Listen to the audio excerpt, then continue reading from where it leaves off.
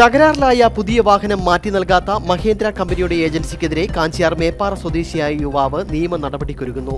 December 23 വാങ്ങിയ മഹേന്ദ്രയുടെ mini pickup 3 ദിവസം കഴിഞ്ഞപ്പോൾ കേടായി.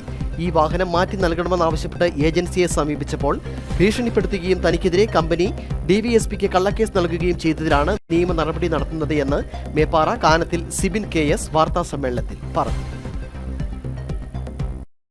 ജീവിതമാർഗം കണ്ടെത്തുന്നതിനായിട്ടാണ് മഹീന്ദ്ര കമ്പനിയുടെ മിനി പിക്കപ്പ് സിബിൻ വാങ്ങിയത്. കഴിഞ്ഞ ഡിസംബർ മാസം 23-നായിരുന്നു വാഹനം വാങ്ങിയത്. ഒരു ദിവസം കഴിഞ്ഞതോടെ ഹാൻഡിൽ തിരിഞ്ഞുപോയി. ഇത് നന്നാക്കുവാൻ ചെന്നപ്പോൾ ജീവനക്കാർ എതിർത്തുവെങ്കിലും ഒടുവിൽ നന്നാക്കി നൽകി.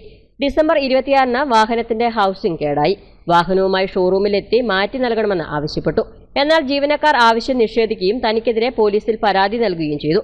താൻ സ്റ്റേഷനിലെത്തിയപ്പോൾ മാനേജർ സ്ഥലത്തില്ലെന്നും 21-ന് വരാൻ പോലീസ് അറിയിക്കുകയും ചെയ്തു. 600 കിലോമീറ്റർ ഓടിയ വാഹനമാണ് സിബിന് ലഭിച്ചത്. 1000 കിലോമീറ്റർ ആയപ്പോൾ വാഹനം കേടായി. ഹൗസിംഗിന് ഗ്യാരണ്ടി ഇല്ലെന്ന് പറഞ്ഞാണ് മാനേജർ ഉൾപ്പെടെയുള്ളവർ ഭീഷണി മുഴക്കിയതെന്നും ഇവർ പറയുന്നു. ഞാനിവിടെ മഹീന്ദ്രയുടെ ആൽഫ ഷോറൂമിൽ ഒരു വണ്ടി എടുത്തായിരുന്നു. ഗുഡ്സ് വണ്ടി പുതിയത് 600 കിലോമീറ്റർ ഓടി നമുക്കൊരു വണ്ടി തരുന്നത്. 1000 കിലോമീറ്ററിന്റെ ഹൗസിംഗ് പോയി. ഹൗസിംഗ് പോയി കംപ്ലൈന്റ് അവർ അസംബ്ലി ആയിട്ട് ചെയ്തു തന്നു.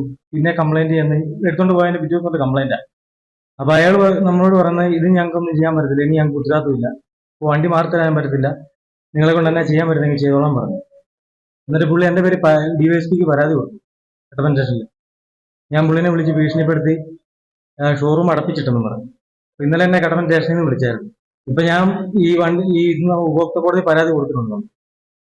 തനിക്കും കുടുംബത്തിനും ജീവിക്കുവാനായിട്ടാണ് വാഹനം വാങ്ങിയത്. ജീവിതമാർഗവും നടന്നില്ല, കടവും ബാക്കിയായി.